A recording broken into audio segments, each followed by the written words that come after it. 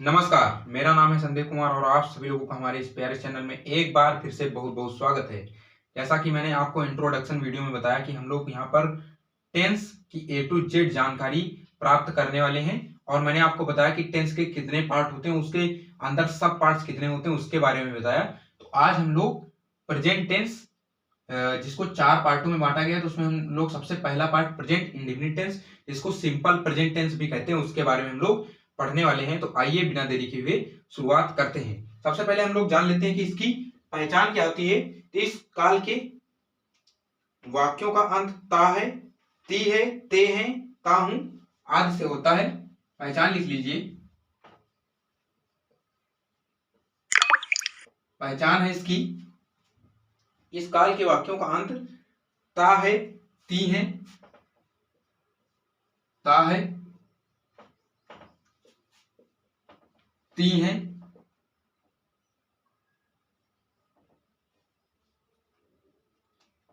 ते हैं,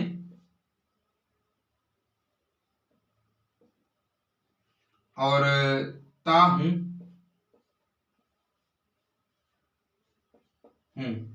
आदि शब्दों से होता है।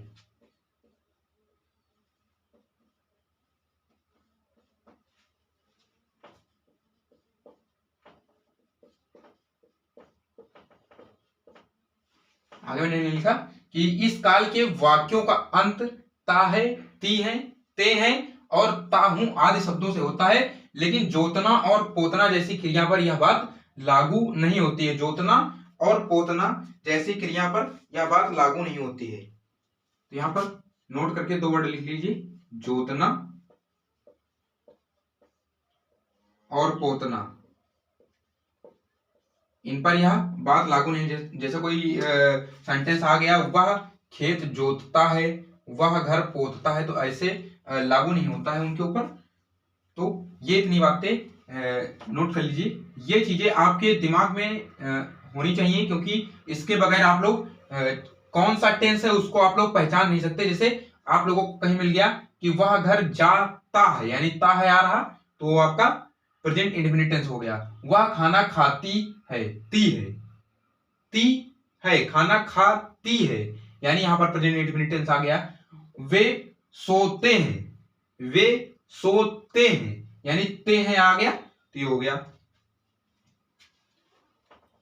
वह अपना कार्य नहीं करता है, या ता है तो वाला हो गया। मान लीजिए हूं वाला सेंटेंस ले लेते हैं कि वह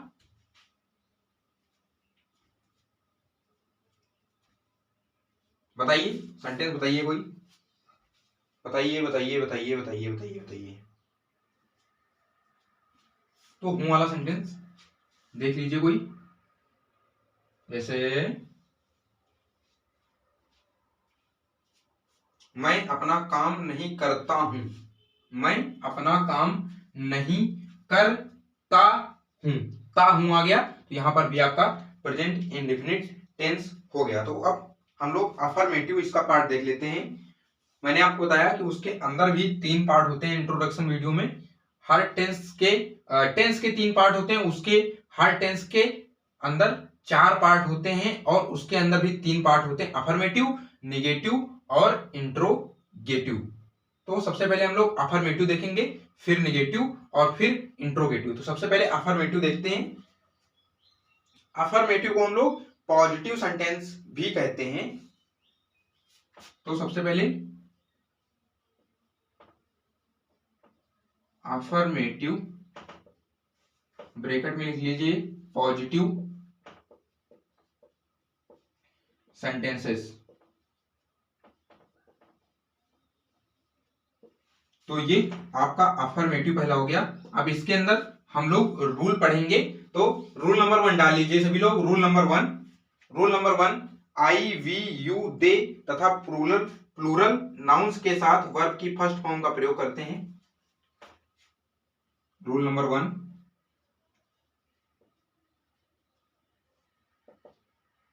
आई, वी, यू, दे तथा प्लूरल नाउन्स के साथ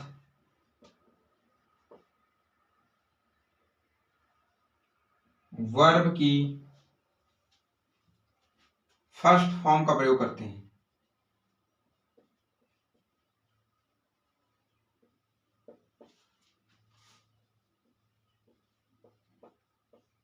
प्रयोग करते हैं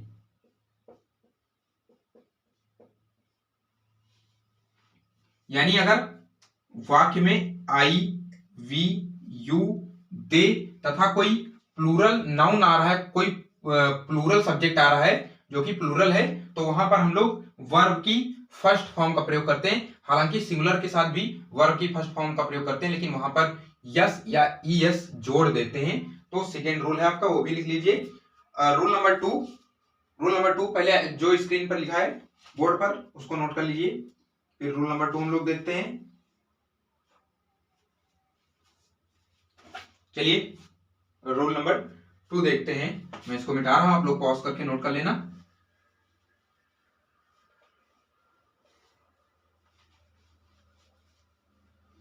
रूल नंबर 2 लिख लीजिए। ही, सी, इट और सिंगुलर सब्जेक्ट के साथ वर्ब की फर्स्ट फॉर्म में यस या ईएस जोड़ देते हैं। Rule number 2।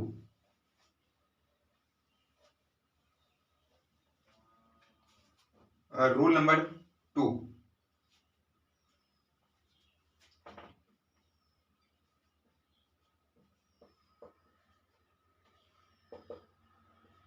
He, she, it तथा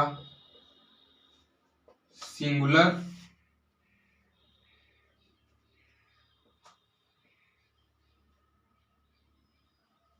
नाउन्स में वर्ब की फर्स्ट फॉर्म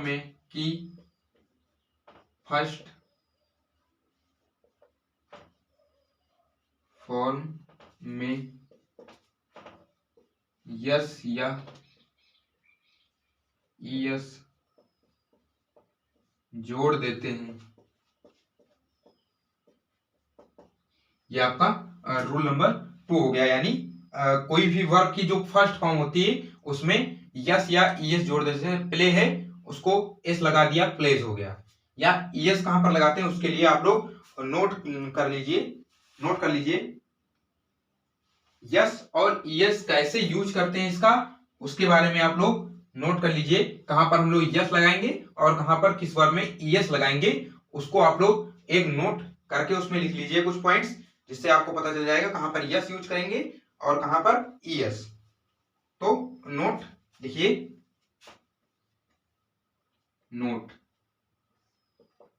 इसमें पॉइंट नंबर 1 लिख लीजिए।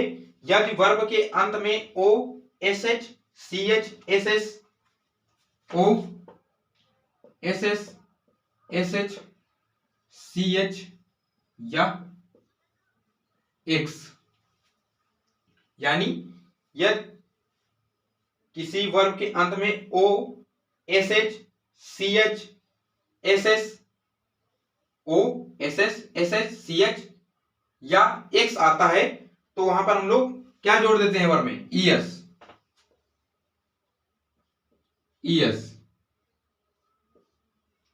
यानी अगर कोई verb O, double S, S H, C H और एक्स से खत्म हो रही है तो उसमें हम लोग ईएस जोड़ेंगे। उसमें हम लोग क्या जोड़ेंगे? ईएस। और दूसरा पॉइंट लिख लीजिए, वर्ब के अंत में वाई आया हो तो वाई के स्थान पर आईईएस लिख देते हैं। टू वर्ब के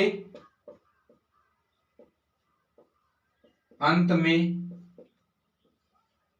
वाई आया हो तो वाई के स्थान पर आईईएस लिख देते हैं।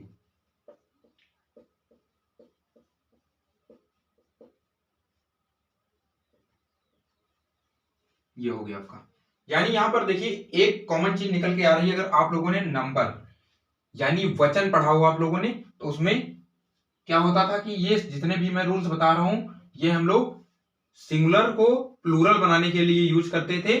और वहीं पर यहां पर भी वही हो रहा है। अगर आपका सब्जेक्ट सिंगुलर है तो वहां पर वर्ब प्लूरल यूज करेंगे, और अगर आपका सब्जेक्ट प्लूरल है तो वर्ब सिंगुलर यूज करेंगे। देख लीजिए ही सी इट तथा सिंगुलर नाउन्स, यानी यहाँ पर जितने भी सब्जेक्ट हैं वो सिंगुलर हैं और उनके साथ हम लोग वर्ब प्लूरल यूज कर रहे हैं। ये एक यहाँ पर बहुत अच्छा पॉइंट निकल कर आ रहा है। और तीसरा पॉइंट, अन्य सभी वर्ब्स के साथ यस जोड़ देते हैं। तीसरा पॉइंट क्या है? अन्य सभी के साथ यस जोड़ देते हैं, जोड़ देते हैं।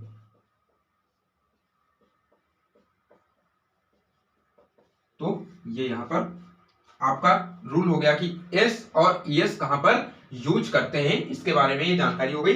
अब हम लोग अपना क्या क्या बुलाएंगे, हम लोग अपना ब्रह्मास्त्र प्रकट करेंगे, जिससे डायरेक्ट हम लोग सेंटेंसेस को धाराशाही कर देंगे, पूरा मिट्टी में मिला देंगे। तो आइए हम लोग ब्रह्मास्त्र का आवाहन करते हैं।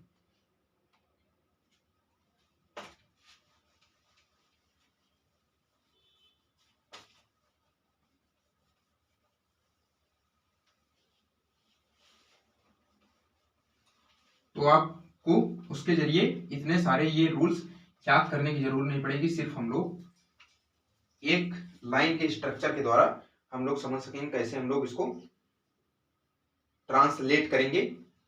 तो वही डाल लीजिए ब्रह्मास्त्र। ब्रह्मास्त्र डाल लीजिए, सब्जेक्ट प्लस वर्ब की फर्स्ट फॉर्म और प्लस ऑब्जेक्ट। सब्जेक्ट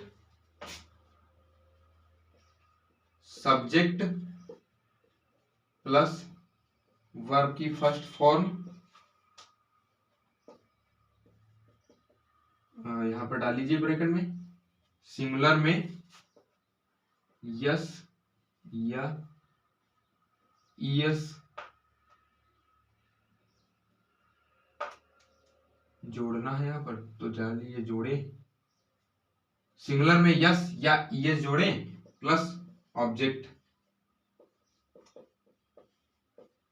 काफी आसान रहने वाला है। तो अब हम लोग एग्जांपल्स के जरिए समझते हैं कैसे हम लोग इसको ट्रांसलेट करने वाले हैं, क्योंकि सिर्फ थ्योरी से काम नहीं चलेगा जब तक हम लोग उसका एक प्रैक्टिकल यानी उसको हम लोग इंप्लीमेंट नहीं करेंगे, तब तक वो किसी यूज का नहीं है। तो यहां पर देख लीजिए आप लोग, सबसे पहले सब्जेक्ट, फिर वर्ब की फर्स्ट फॉर्म यस या ईएस जोड़ेंगे, फिर ऑब्जेक्ट। ये अफर्मेटिव के लिए है, अभी अफर्मेटिव के लिए, निगेटिव के लिए अलग चलता है, उसके बारे में भी बताएंगे। सबसे पहले अफर्मेटिव देख लेते हैं। तो एग्जांपल पहला, वह पुस्तक पढ़ता है, वह पुस्तक पढ़ता है। एग्जांपल पहला, वह पुस्तक पढ़ता है।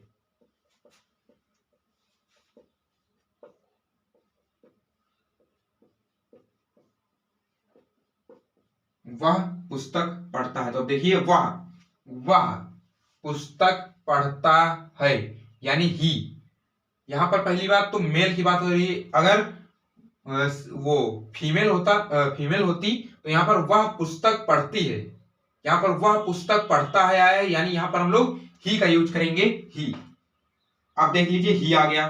ही आपका कैसा नाउन है? सिंगुलर है। ही आपका सिंगुलर सब्जेक्ट है। तो आपको क्या बताया था कि सिंगुलर के साथ वर्ब में यस या ईएस जोड़ देते हैं। सबसे पहले हम लोग वर्ब देखते हैं, उसके बाद एस या ईएस देखेंगे। तो पढ़ता, पढ़ना होता है रीड।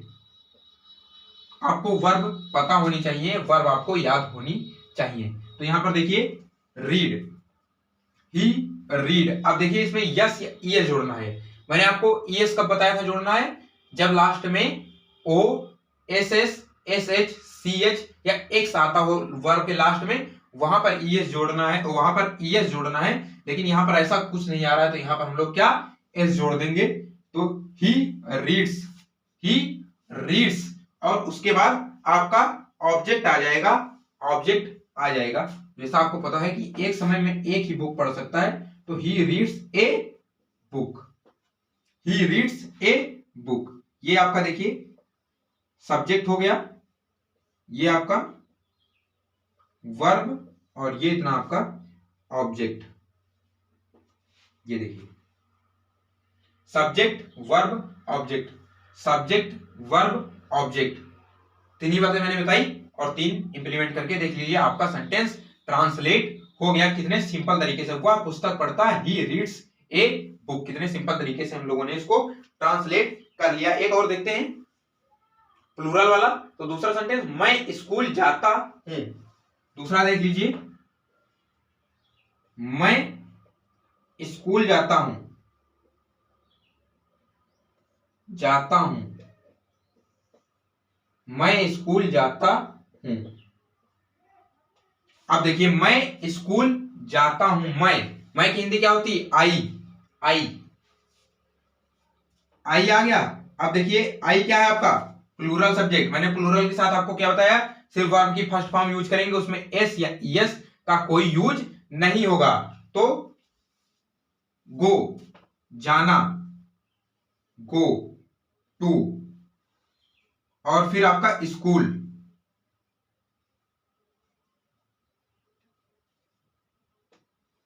तो आई गो टू स्कूल, इसका ट्रांसलेट हो गया। अब हम लोग देख लेते हैं इसमें क्या है। तो ये आपका सब्जेक्ट, ये आपका वर्ब और ये आपका प्रीपोजिशन होता है और ये ऑब्जेक्ट। तो ये इतना आपका हो गया। तो आप लोग देख सकते हैं कितनी आसानी से हम लोगों ने इसको भी कर लिया। आप लोगों को प्रीपोजिशन भी पढ़ाया नहीं गया, हालांकि पार्ट ऑफ स्पीच की शुरुआत हो चुकी है, तो वहां पर हम लोग प्रीपोजिशन भी कवर कर लेंगे। आपको थोड़ी प्रीपोजिशन की भी नॉलेज होनी चाहिए ट्रांसलेट करते समय। तो ये आपका हो गया सब्जेक्ट वर्ब ऑब्जेक्ट, ये प्रीपोजिशन बीच में आया कनेक्ट करने के लिए। तो ये आपका सिंपल ट्रांसलेशन हो गया। अब हम लोग निगेटिव पार्ट पर चलते हैं, जहां पर हम लोग देखेंगे कि नकारात्मक वाक्य जो होते हैं, निगेटिव सेंटेंसेस, उसको हम लोग कैसे ट्रांसलेट करते हैं उसके बारे में जानेंगे। तो आइए बिना देरी किए उसको भी हम लोग जानते हैं। तो सबसे पहले हेडिंग डाल लेंगे निगेटिव सेंटेंसेस। सबसे पहले हेडिंग डाल लीजिए निगेटिव सेंटेंसेस। निगेटिव यानी नकारात्मक, नकारात्मक शब्द का अर्थ निकलता है नहीं से, नहीं, यानी मैं खाना नहीं खाता हूं, मैं स्कूल नहीं जाता हूं, इस तरह के अगर सेंटेंसेस आते हैं तो वहां पर यूज करते हैं हम लोग। तो सबसे पहले रूल नंबर 1 डाल लीजिए। और rule number 1, he she it तथा सिमिलर नाउन्स के साथ does not, rule number 1, rule number 1, he she it तथा सिंगुलर नाउन्स के साथ does not, he she it तथा सिंगुलर नाउन्स के साथ डज नॉट,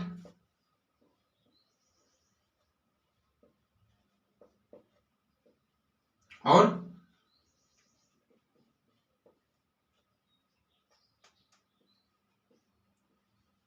शेष यानी बचे हुए जितने भी आपके नाउन्स हैं यानी सब्जेक्ट हैं, उनके साथ डू नॉट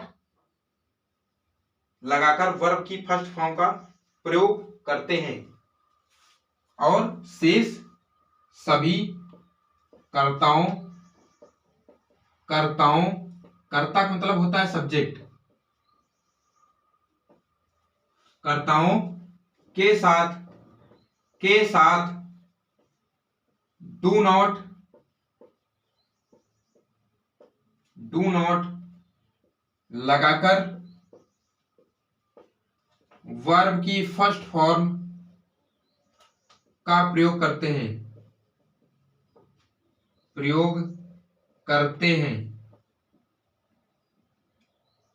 ये आपका रूल हो गया।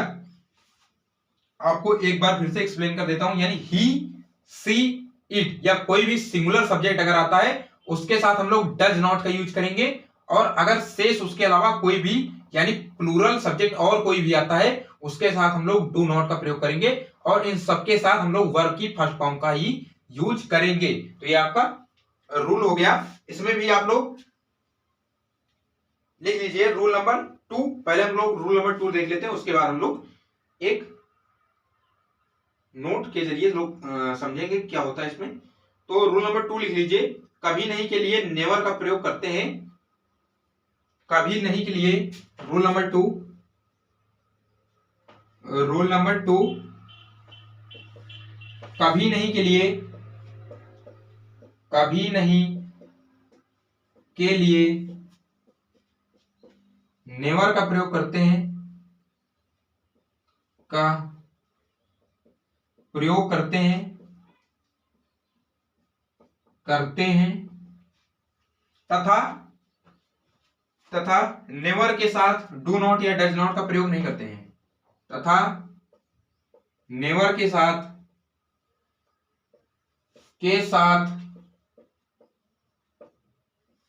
डू नॉट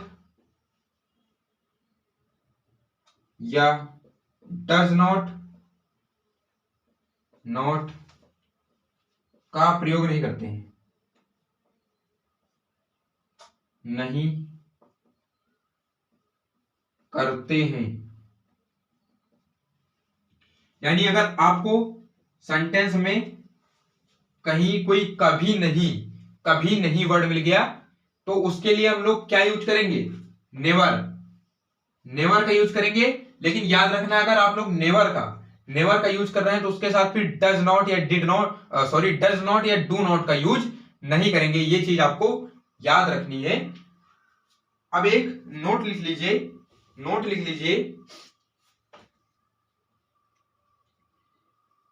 एक नोट लिख लीजिए कि नेगेटिव सेंटेंसेस में डू नॉट या डज नॉट के साथ वर्ब में यस या ईएस नहीं जोड़ते हैं। नेगेटिव सेंटेंसेस में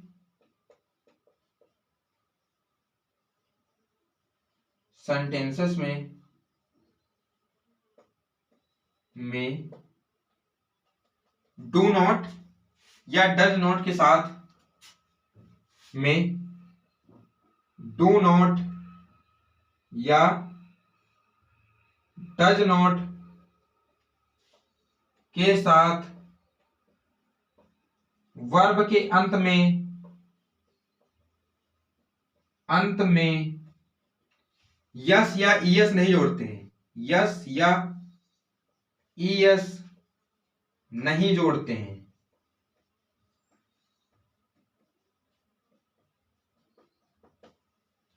ये आपका नोट हो गया कि अगर निगेटिव सेंटेंसेस है वहां पर आप डू नॉट और डज नॉट का यूज कर रहे हैं तो वहां पर वर्ब के अंत में हम लोग यस या यस नहीं जोड़ते हैं।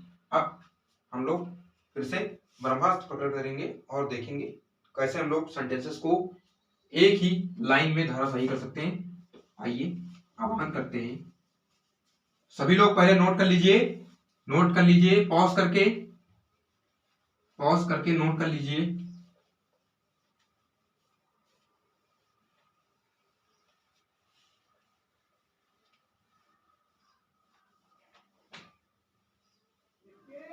पॉज करके नोट कर लीजिए सभी लोग। Subject plus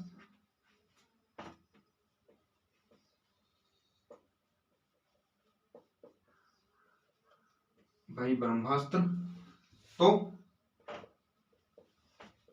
subject plus do not, does not plus verb की फर्स्ट फॉर्म प्लस ऑब्जेक्ट, इतना नोट कर लीजिए। Subject plus do not, does not, जो भी आपका हो सब्जेक्ट के अनुसार, उसके बाद वर्ब की फर्स्ट फॉर्म, और फिर हम लोग ऑब्जेक्ट का यूज करते हैं, तो इतना नोट कर लीजिए। दूसरा नेवर वाला नोट कर लीजिए, subject plus never, subject plus never plus verb की फर्स्ट फॉर्म प्लस ऑब्जेक्ट, अब ध्यान से देखिए, अगर आपका कभी नहीं वर्ड आता है तो वहां पर हम लोग नेवर का यूज करते हैं, नेवर के साथ डू नॉट या डज नॉट का यूज नहीं करते, मैंने आपको बताया। तो उसी के लिए ये सब्जेक्ट प्लस फिर नेवर लगाएंगे सब्जेक्ट के बाद, फिर वर्ब की फर्स्ट फॉर्म और फिर आपका ऑब्जेक्ट आएगा, इतना याद रखिए। अब हम लोग आइए एग्जांपल के जरिए समझते हैं कैसे हम लोग इसका इंप्लीमेंट करेंगे, क्योंकि बिना इंप्लीमेंट के सारी थ्योरी बेकार है। तो सबसे पहले दोनों चीजें नोट कर लीजिए, नोट कर लीजिए, फिर हम लोग देखते हैं एग्जाम्पल और समझते हैं कैसे इसको ट्रांसलेट करेंगे। तो पहला एग्जाम्पल देख लीजिए, वह बाजार नहीं जाता है, वह बाजार नहीं जाता है। एग्जाम्पल,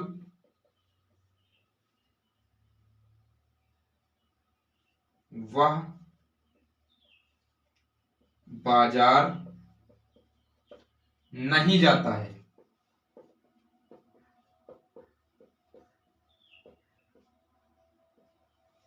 तो अब देखिए, वह बाजार नहीं जाता है, यानी यहां पर हम लोग ही यूज करेंगे, वह बाजार नहीं जाता है। तो मैंने आपको क्या बताया है, सब्जेक्ट फिर डू नॉट या डज नॉट। तो ही अब सिंगुलर सब्जेक्ट है तो इसके साथ लगाएंगे does not, he does not. आप लोग एक चीज अगर गौर करें तो एक चीज मैं आपको बताना चाहूंगा, वहां पर हम लोग सब्जेक्ट के साथ क्या यूज करते थे, यस, सॉरी वर्ब के साथ क्या यूज करते थे, यस और ईएस सिंगुलर के साथ। और वही देखिए, ईएस उठकर यहां पर लग गया है डू के साथ, डू में ईएस लग गया, डज हो गया। और यहां पर डू डू ही है, डू में ईएस लग गया, सिंगुलर के साथ डज हो गया। तो इससे आप लोग याद रख सकते हैं कि सिंगुलर के साथ ईएस वाला यानी डज यूज करेंगे और प्लूरल के साथ हम लोग डू यूज करेंगे, ये आप लोग ध्यान रख सकते हैं। तो ही डज नॉट, और उसके बाद हम लोग क्या यूज करेंगे, वर्ब, वर्ब। तो वर्ब यहां पर क्या है, जाना, गो। फिर टू द, बाजार की क्या होती है, मार्केट।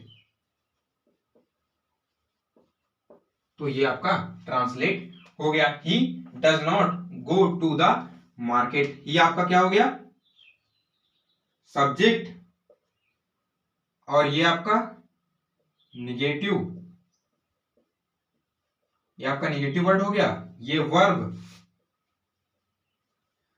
ये आपका प्रीपोजिशन होता है, ये आपका आर्टिकल होता है, और ये पूरा आपका क्या है, ऑब्जेक्ट। ये आपका पूरा ऑब्जेक्ट। देखिए, subject plus do not does not मतलब निगेटिव मैंने लिख दिया, फिर वर्ब और फिर आपका ऑब्जेक्ट, सेम स्ट्रक्चर की तरह चल रहा है। दूसरा एग्जांपल आइए देख लेते हैं, दूसरा एग्जांपल एक देख लेते हैं, डू नॉट वाला। तुम अपना पाठ याद नहीं करते हो, तुम अपना पाठ याद नहीं करते हो। दूसरा एग्जांपल, तुम अपना पाठ पाठ याद नहीं करते हो, करते हो। तुम अपना पाठ याद नहीं करते हो। तो देख लीजिए, तुम यानी यू, यू। अब देखिए, यू के साथ, यू आपका प्लूरल सब्जेक्ट है तो इसके साथ क्या यूज करेंगे, डू नॉट, डू नॉट। तो यू डू नॉट, फिर वर्ब, याद करना की वर्ब क्या होती है, इंग्लिश में क्या कहते हैं, लर्न। तो यू डू नॉट लर्न, फिर अपना, अपना, यहां पर यू आया तो इसके लिए अपना योर। तो you do not learn your lesson, पाठ की इंग्लिश क्या होती है, लेसन। तो ये आपका सब्जेक्ट हो गया, और ये वर्ब, और ये पूरा आपका ऑब्जेक्ट, ये पूरा आपका ऑब्जेक्ट। आपका आज काम क्या है कि अगर अपना शब्द आता है सेंटेंस में तो उसके लिए हम लोग अलग अलग सब्जेक्ट के साथ क्या यूज करते हैं वो आपको लिख के लाना है। जैसे योर, आवर, देयर, ये सब आपको वर्ड किसके साथ यूज होते हैं, ये आपका होमवर्क है HW, कि आपको क्या याद करके आना, याद करके और लिख कर लाना है आपको, अपना की इंग्लिश सब्जेक्ट्स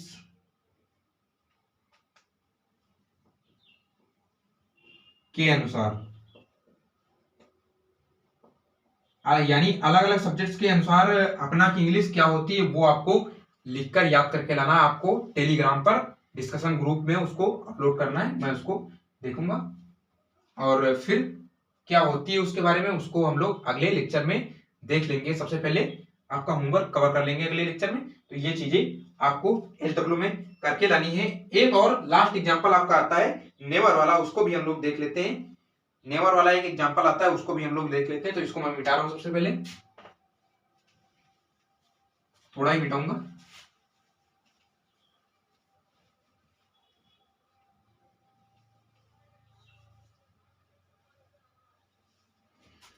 तो एग्जांपल है, मैं कभी किसी को गाली नहीं देता हूं।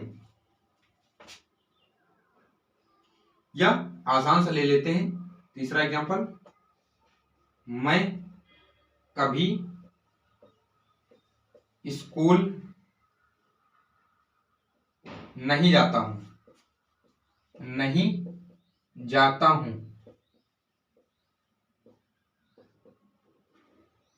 ये आपका एग्जांपल हो गया, मैं कभी स्कूल नहीं जाता हूं या मैं कभी भी स्कूल नहीं जाता हूं। ये आपका एग्जांपल हो गया।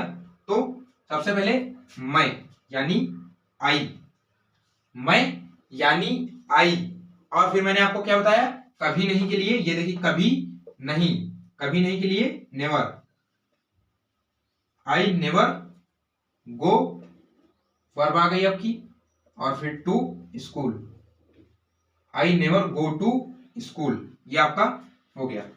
आपको मैं ये सेंटेंस जो मैंने पहले बोला उसको मैं होमवर्क के लिए दे देता हूं, इसको आप लोग ट्रांसलेट करके कमेंट बॉक्स में बताएंगे।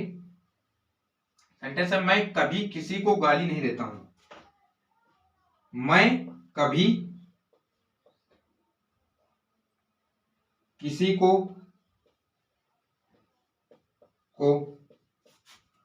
गाली नहीं देता हूं।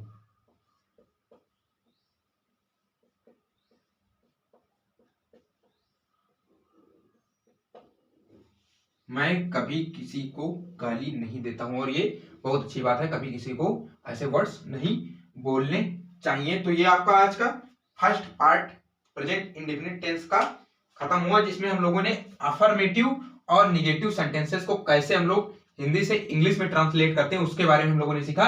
अगले पार्ट में हम लोग देखेंगे कि इंट्रोगेटिव सेंटेंसेस यानी प्रश्नवाचक वाक्य जो होते हैं उनको हम लोग कैसे इंग्लिश में ट्रांसलेट करते हैं उसके बारे में हम लोग सीखेंगे। तो आज के वीडियो में बस इतना ही था। लगातार हमारे साथ इस सीरीज में बने रहे और हिंदी से कैसे हम लोग इंग्लिश में ट्रांसलेट कर सकते हैं या इंग्लिश स्पीकिंग कैसे कर सकते हैं, क्योंकि जब तक आप लोग ट्रांसलेट कर नहीं पाएंगे तब तक आप लोग स्पीक भी नहीं कर पाएंगे। तो उसके लिए लगातार हमारे साथ इस सीरीज में बने रहे, खूब मन लगाकर पढ़ाई करते रहे। जय हिंद।